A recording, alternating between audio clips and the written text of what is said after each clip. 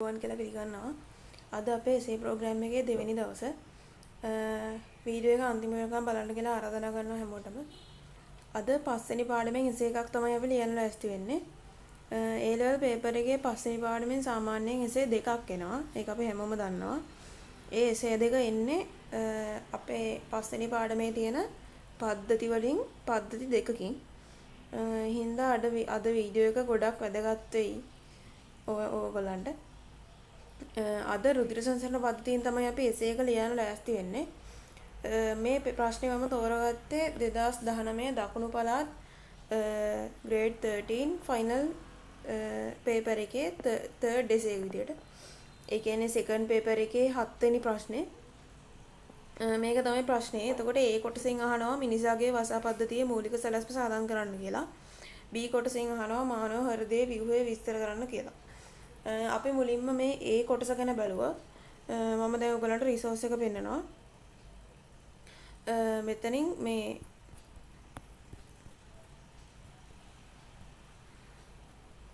මෙන්න මෙතනින් තමයි සංසරණ පද්ධතිය පටන් ගන්නෙ.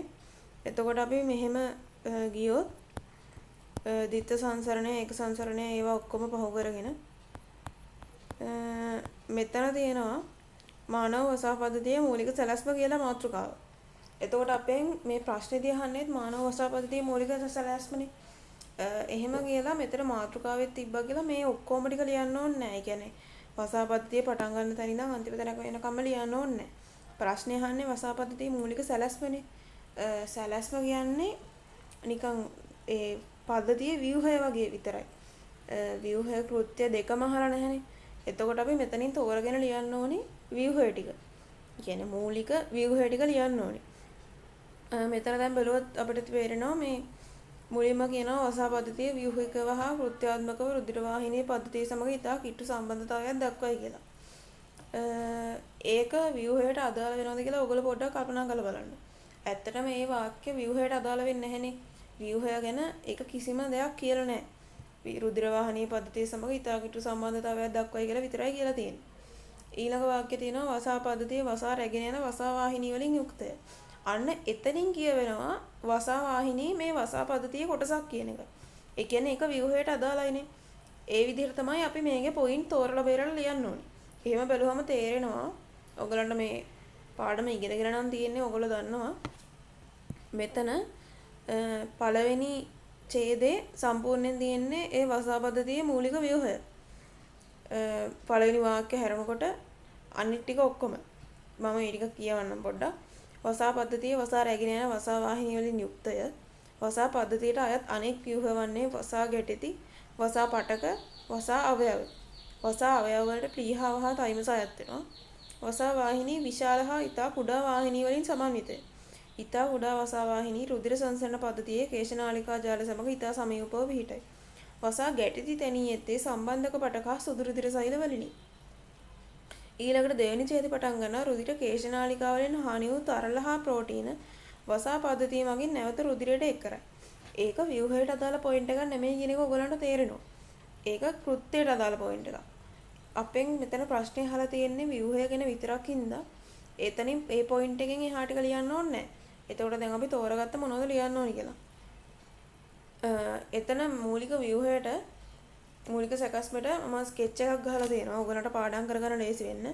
මේ විදිහට ඒ සේක හතරකට බෙදලා තිනවා කෑලි හතරකට. වසා පද්ධතියේ ඒ කියන්නේ මූලික කොටස් හතරක් තියෙනවානේ. වසා වාහිනී, වසා ගැටිති, වසා පටක, වසා අවයව. වසා වාහිනී ප්‍රධාන කොටස් දෙකකට බෙදෙනවා විශාල වාහිනී, ඉතා කුඩා වාහිනී කියලා. මේවා ඔක්කොම ඔයගලන්ගේ රිසෝස් එකේ තියෙන පොයින්ට් වලින් තමයි මම මේ ස්කෙච් එක ගහලා තියෙන්නේ. ඉතා කුඩා රුධිර වාහිනී රුධිර කේශනාලිකා ජාලය සමග ඉතා සමීපව පිහිටයි කියලා අන්තිමට පොයින්ට් එකක් දීලා තියෙනවා. ඒකත් මම මෙතනටම අරන් තියෙනවා. ඊළඟට දෙවෙනි කොටස තියෙනවා වසා ගැටිති. වසා ගැටිති තැනී ඇත්තේ සම්බන්ධක පටක හා සුදු රුධිර සෛල වලිනි කියලා පොයින්ට් එක ඒ විදිහටම දීලා තියෙනවා ඔයගලගේ රිසෝස් එකේ. ඊළඟට තුන්වෙනි එක වසා පටක. වසා පටක කියන කොටස විතරයි අපිට දීලා තියෙන්නේ. වෙන මොකුත් ඒක ගැන දීලා නැහැ. හතරවෙනි කොටස විදිහට වසා අවයව වර්ග දෙකක් දීලා තියෙනවා ප්ලීහාව හා තයිමසේ කියලා. එතකොට මේ ස්කෙච් එක ඔයගොල්ලන්ට පාඩම් කරගෙන ගහගන්න පුළුවන් නම් මේ ඒ කොටස සම්පූර්ණයෙන්ම උත්තර ලියන්න පුළුවන් පොයින්ට් හලන්නේ නැතුව.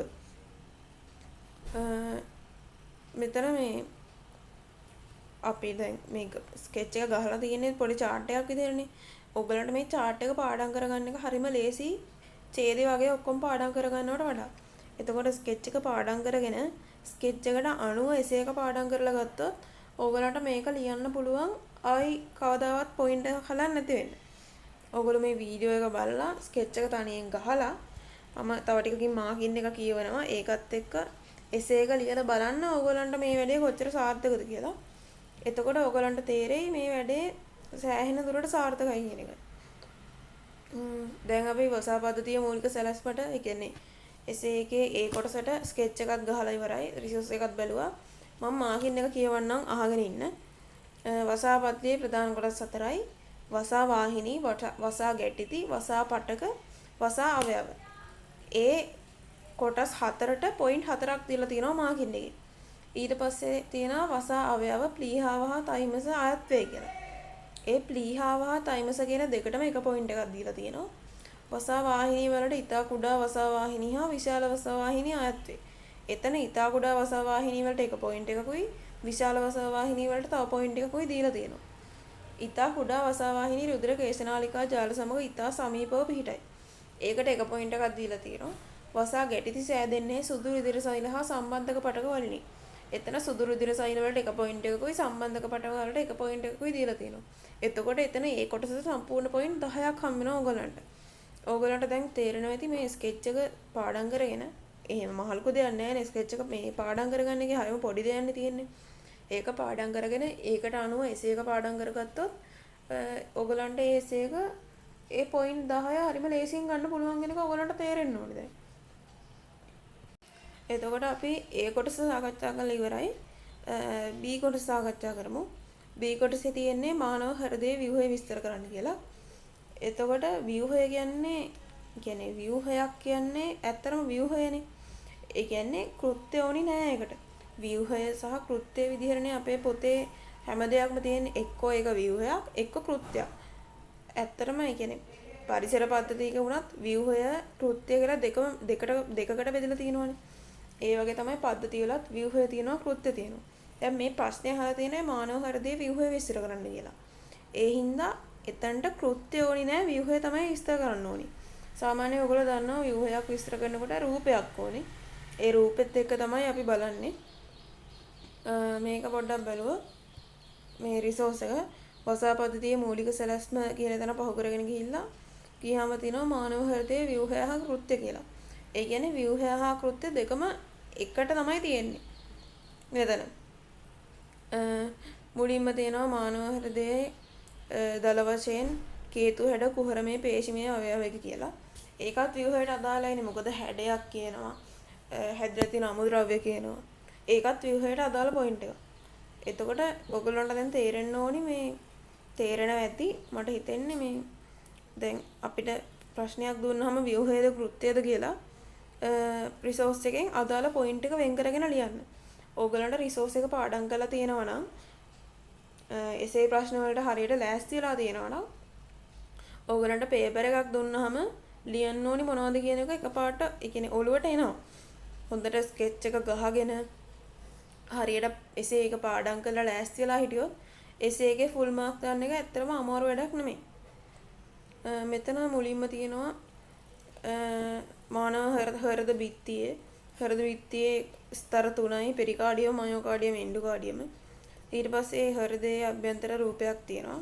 මේක තමයි ඔයගොල්ලෝ අඳින්න ඕනි. මේක පොඩ්ඩක් සරල කරලා අඳින්න. ඒ කියන්නේ 3D ඕනි නැහැනේ අපිට. නිකම් පැන්සල් ඉරි වලින් ඒක එහෙම අඳින්න පුරුදු වෙන්න. එතකොට මේ මෙහෙම ගිහිල්ලා හෘදයේ කුටීර 3යි කියලා කුටීර ගැන තියෙනවා. ඊට පස්සේ කපාට ගැන තියෙනවා. ඊට පස්සේ දමන ශිරා ගැන තියෙනවා. ඒ ටික තමයි ව්‍යුහයට අයත් වෙන්නේ. කියන්නේ හෘද බිත්තියයි කපාටයි හෘද කුටීරයි දමන ශිරා අරනකොට හෘදයේ වෙන කොටස් නැහැනේ අත්‍තරම. රුධිරය කියන්නේ හෘදයේ කොටසක් නෙමෙයිනේ. ඒක රුධිර සංසරණ පද්ධතියේ කොටසක්නේ. මෙතන අහන්නේ හෘදයේ කොටස්. එතකොට අපිට ලියන්න ඕනේ බිත්තියයි කපාටයි දමන ශිරා ටිකයි. ඔයගොල්ලෝ මේ රිසෝස් එක මෙන්න මෙතන හෘදේ ව්‍යුහය හා කෘත්‍ය කියන තැන ඉඳන් හෘද සන්නායක පද්ධතිය වෙනකම් පාඩම් කරලා තියෙනවා නම් ඕගොල්ලන්ට එතනින් පොයින්ට් වෙන් කරගෙන ව්‍යුහයට අදාළ පොයින්ට් එක විතරක් වෙන් කරගෙන හෘදේ ව්‍යුහය කියන එක සම්පූර්ණයෙන් ලියන්න පුළුවන්. මම මෙතන ස්කෙච් එකක් ගහලා තියෙනවා ඒකටත්. මේ විදිහට මෙතන මේ මම ඇඳලා තියෙන්නේ ඇත්තටම හෘදේ නෙමෙයි. ඒක ඕගොල්ලන්ට අර කොටස් 4 මතක තියාගන්න පුළුවන් විදිහට රූපයක්. කපාට තියෙනවා, බිත්තිය තියෙනවා, දමනි ශිරා තියෙනවා. තව මෙතන මේ කුටීර 4කුත් තියෙනවා. මට කුටීර නම් කරන්න නම් බැරි වෙලා තියෙනවා. එතකොට මේක 4කට බෙදෙනවා. බිත්තියයි, කපාටයි, දමනි ශිරායි, කුටීරයි. බිත්තියේ කොටස් 3යි පෙරිකාඩියම්, මයෝකාඩියම්, එන්ඩෝකාඩියම්. කපාට වර්ග 3යි ත්‍රිතුන්ද කපාටය, දීතුන්ද කපාටය, අඬසඳ කපාට.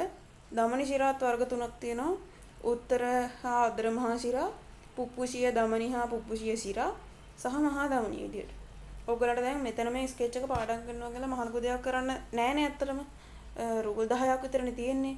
ඒ ටික පාඩම් කරගත්තොත් ඔයගොල්ලන්ට මේ ෆුල් එසේ එකම මේ පොයින්ට් හදන්න නැතුව ලියන්න පුළුවන්. මම දැන් ඊළඟට මාකින් එක කියනකොට ඔයගොල්ලන්ට ඒක තේරෙයි. මේ ස්කෙච් එකෙන් පිට ලියන්න දෙයක් නැහැ ඇත්තටම. ඒක තමයි ස්කෙච් එකක් ගහන එකේ වටිනාකම කියන්නේ. ඕගොල්ලන්ට මතක තියාගන්න පුළුවන් විදිහට හොඳ ස්කෙච් එකක් ගහගෙන තියෙනවා නම් පේපර් එක වෙලාවේ විනාඩි 5ක් අරගෙන ස්කෙච් එක ගහලා ඊළඟට පොයින්ට් එක ලියාගෙන යනවා නම් ඔයගොල්ලන්ට අනිවාර්යයෙන්ම හොඳට එසේ එක ලියන්න පුළුවන්. පොයින්ට් ලකුණු 150න් 140ක්වත් අවම ගන්න පුළුවන් වෙන විදිහට. එතකොට මම මෙතන මේ ඔයගොල්ලන්ට දැන් මාකින් එක කියවනවා. ඔයගොල්ලෝ මේ රිසෝස් එක කියවන්න මුලින් වීඩියෝ එක පොඩ්ඩක් නවත්තලා මම පෙන්නපු තැනින් ඒ ටිකේ රිසෝස් එක පොඩ්ඩක් කියවලා කලින් ඉගෙනගෙන තියෙනවා නම් හොඳයි. කලින් ඉගෙනගෙන නැත්තම් රිසෝස් එක පොඩ්ඩක් කියවලා මේ මම මාකින් එක කියවනවා ඒක අහගෙන ඉන්න. පළවෙනි පොයින්ට් එක දීලා තියෙනවා මිනිසාගේ හෘදය කේතු හැඩති කියලා. ඊළඟ පොයින්ට් එක පේශිමය කුහරමය අවයවයකි. ඒ කියන්නේ අර අපි පළවෙනියටම කියවපු පොයින්ට් එක පොයින්ට් දෙකකට බෙදලා තියෙනවා මෙතන. එහි බිත්තිය පටක ස්තර 3කින් යුක්තයි. ඒ පටක ස්තර 3යි කියනවට එක පොයින්ට් එකක් දීලා තියෙනවා. පිටතීම පෙරිකාඩියම, මධ්‍යයේ මයෝකාඩියම, ඇතුළතින් එන්ඩෝකාඩියම. එතනින් පොයින්ට් 3යි. පෙරිකාඩියමට පිටතින් තන්තුමය පෙරිකාඩියම, ඇතුළතින් මස්තුමය පෙරිකාඩියම ලෙස ස්තර දෙකකි. එතන මේ තන්තුමය පෙරිකාඩියමටයි මස්තුමය පෙරිකාඩියමටයි පොයින්ට් දෙකක් දීලා තියෙනවා. මයෝකාඩියම හෘද පේශීන් සෑදේ. එතන එක පොයින්ට් එකයි. මයෝකාඩියම තුල හෘදයේ විද්‍යුත් සංඥා සම්ප්‍රේෂණයට වැදගත් වන එතන එක පොයින්ට් එකයි. විශේෂණීය වූ සන්නයන තන්තු ඇත. එතන තව පොයින්ට් එකයි. සන්නයන තන්තු කියන්නේ ව්‍යුහයේ කොටසක්නේ. සන්නයන තන්තු වල කාර්ය මෙතන ලියන්න නැති වුණාට සන්නයන තන්තු තියනවා කියන එක ලියන්න ඕනි. මොකද ඒක මනක් කල්පිත දෙයක් නෙමෙයිනේ. ඇත්තටම මෙහෙම දෙයක් තියෙනවානේ. ඒ කියන්නේ ඒක ව්‍යුහයේ කොටස. එන්ඩෝකාඩියම තුනි අපිච්චිත සෛල වලින් සෑදුණු සීදු පටලයකි. ඒක තව පොයින්ට් එකක්. ඊළඟ පොයින්ට් එක තමයි හෘදයේ කුටීර 4යි කියන එක. කර්ණිකා 2යි කෝෂිකා 2යි කියනවට එක පොයින්ට් එකක් දීලා තියෙනවා. කර්ණිකා බිත්ති වලට වඩා කෝෂිකා බිත්ති ඝනකම්ය.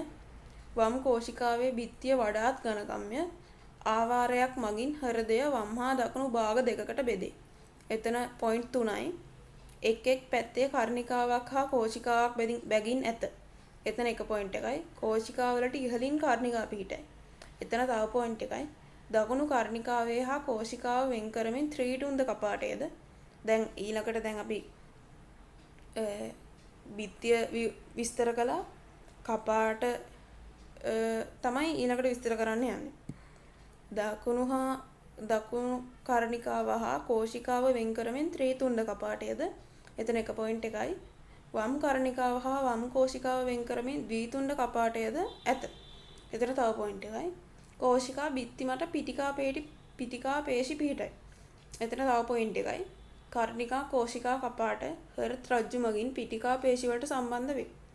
පිටිකා පේශි කියන්නේ හෘදයේ කොටසක්. ඒ කියන්නේ හෘදයේ ව්‍යුහයට ආයත් කොටසක්. ඒක රිසෝස් එකේ තියෙන ඕගලන්ට රිසෝස් එක කියවුවහම ඒක අහුවෙන්නේ නැති. එතනටත් පොයින්ට් එකක් දීලා තියෙනවා. දකුණු කර්ණිකාවට උත්තර හා අදර මහා ශිරා විවෘත වේ. ඒක තව පොයින්ට් එකක්.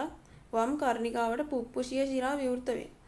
දැන් අපි කපාට විස්තර කළා. ඊට පස්සේ දමනි ශිරා තමයි මේ විස්තර කරන්නේ. දකුණු කර්ණිකාවට උත්තර හා අදර මහා ශිරා විවෘත වේ. වම් කර්ණිකාවට පුප්පුෂිය ශිරා විවෘත වේ. එතන පොයින්ට් දෙකයි. දකුණු කෝෂිකාවෙන් පුප්පුෂිය දමනිය පැන නගී. එතන එක පොයින්ට් එකයි. වම් කෝෂිකාවෙන් මහා දමනිය පැන නගී. අන්තිම පොයින්ට් එක තමයි මෙම ප්‍රධාන දමනි කෝෂිකාවලින් පිටවෙන ස්ථානයේ අඩසඳ කපාට පිහිටයි. එතකොට අර ත්‍රිතුණ්ඩ කපාටයයි ද්විතුණ්ඩ කපාටයයි විස්තර කළාට පස්සේ අන්තිමට තමයි අඩසඳ කපාටේ තියෙන්නේ. ඒ කියන්නේ අපි රිසෝස් එක පාඩම් කරගෙන යනකොට අපිට ඒ හෘදයේ ව්‍යුහයත් එක්ක ඒ පිළිවෙලට මතක තියාගන්නකොට මේ විදිහට තමයි මතක තියාගන්නේ. ඕගොල්ලෝ අඩසඳ කපාටේ තියෙනවා කියන එක ත්‍රිතුණ්ඩ ද්විතුණ්ඩ කපාට විස්තර කරපු තැනම ලිව්වා කියලා එහෙම ලකුණු අඩු වෙන්නේ නැහැ. එතකොට දැන් ඔයගලන්ට මම දැන් ෆුල් මාකින් එක කියවනවා. ඔයගොල්ලෝ එසේ එක ලියලා මේ මාකින් එකත් එක්ක බලන්න ඔයගලන්ට පොයින්ට් කීයක් ගන්න පුළුවන්ද කියලා. වසා වාහිනී, වසා ගැටති, වසා පටක හා වසා අවයව වසා පද්ධතියේ කොටස් වේ. වසා අවයව වලට ප්ලීහාව හා තෛමස අයත් වේ. වසා වාහිනී වලට ඉතා කුඩා වසා වාහිනී හා විශාල වසා වාහිනී අයත් වේ. ඉතා කුඩා වසා වාහිනී රුධිර කේශනාලිකා ජාල සමග ඉතා සමීප වේ. වසා ගැටිති සෑදෙන්නේ සුදු රුධිර සෛල හා සම්බන්ධක පටක වලිනි. එතන පොයින්ට් 10ක් තියෙනවා. ඒක තමයි A කොටස. B කොටස තමයි මිනිසාගේ හෘදය හේතු හැඩති පේශිමය කුහරමය අවයවයකි. එහි බිත්තිය පටක ස්තර 3කින් යුක්තය. පිටතින්ම පෙරිකාඩියම, මධ්‍යයේ මයෝකාඩියම හා ඇතුළතින් එන්ඩෝකාඩියම ලෙසය. පෙරිකාඩියම පිටතින් තන්තුමය පෙරිකාඩියම සහ ඇතුළත මස්තුමය පෙරිකාඩියම ලෙස ස්තර දෙකකි. මයෝකාඩියම හෘද පේශීන් සෑදේ. මයෝකාඩියම තුළ හෘදයේ විද්‍යුත් සංඥා සම්ප්‍රේෂණයට වැදගත්ම විශේෂණීය වූ සන්නයන තන්තු ඇත. එන්ඩෝකාඩියම තුනී අපිච්චිත සෛල වලින් සෑදුණු සිනිඳු පටලයකි. හෘදයේ කුටීර 4කි. කර්ණිකා 2යි, කෝෂිකා 2යි. කර්ණිකා බිත්ති වලට වඩා කෝෂිකා බිත්ති ඝනකම්ය. වම් කෝෂිකාවේ බිත්තිය වඩාත් ඝනකම්ය. ආවාරයක් මගින් හෘදය වම් හා දකුණු භාග දෙකකට බෙදේ. එක් එක් පැත්තේ කර්ණිකාවක් හා කෝෂිකාවක් බැගින් නැත. කෝෂිකා වලට ඉහළින් කර්ණිකා පිහිටයි. දකුණු කර්ණිකාව හා කෝෂිකාව වෙන් කරමින් ත්‍රිතුණ්ඩ කපාටයද, වම් කර්ණිකාව හා වම් කෝෂිකාව වෙන් කරමින් ද්විතුණ්ඩ කපාටයද ඇත. කෝෂිකා බිත්ති මත පිටිකා පේශි පිහිටයි. කර්ණිකා කෝෂිකා කපාට හෘද රජ්ජු මගින් පිටිකා පේශි වලට සම්බන්ධ වේ. දකුණු කර්ණිකාවට උත්තර හා අදර මහා ශිරා විවෘත වේ. වම් කර්ණිකාවට පුප්පුෂීය ශිරා විවෘත වේ. දකුණු කෝෂිකාවෙන් පුප්පුෂීය දමනිය පැන නගී. වම් කෝෂිකාවෙන් මහා දමනිය පැන නගී. මෙම ප්‍රධාන දමනී කෝෂිකාවලින් පිටවන ස්ථානයේ අඩසඳ කපාට පිහිටයි. මෙතන සම්පූර්ණ එසේකටම පොයින්ට් 38ක් තියෙනවා. ඒ පොයින්ට් 38 4න් වැඩි කළා 152ක් එනවා. උපරිම දෙන්නේ 150යි. එතකොට ඔයගලන්ට පොයින්ට් 38ම තියෙනවා නම් ලකුණු 150ක් හම්බ වෙනවා. පොයින්ට් 37 නම් තියෙන්නේ ලකුණු 148ක් හම්බ වෙනවා. ඔයගලන්ට තේරෙනවා දැන් මේ ස්කෙච් දෙක ගහලා ස්කෙච් එක හරියට පාඩම් කළා එසේ එකත් ප්‍රැක්ටිස් වෙලා තියෙනවා නම් ඔයගලන්ට මේ එසේ එක සම්පූර්ණ ලකුණු ගන්න ලියන එක එච්චර ලොකු අමාරු වැඩක් නෙමෙයි. එතකොට මම හිතනවා ඔයගලන්ට මේ එසේ ප්‍රෝග්‍රෑම් එකෙන් යම්කිසි ප්‍රයෝජනවත් වැඩක් වෙයි කියලා. එසේ ප්‍රෝග්‍රෑම් එකත් එක්ක දිගටම එකතු වෙලා ඉන්න කියලා ආරාධනා කරනවා. ඊළඟ එසේ එකත් එක්ක ඉක්මනට හම්බෙමු. ඒ කියන්නේ තුන්වෙනි එසේ එකත් එක්ක ඔයගොල්ලන්ගේ යාළුවන්ටත් වීඩියෝ එක බලන්න ෂෙයා කරන්න. ඔයගොල්ලන්ගේ අදහස් තියෙනවා නම් පල්ලෙහින් කමෙන්ට් කරන්න. ඊළඟ වීඩියෝ එකෙන් ඉක්මනට හම්බෙමු.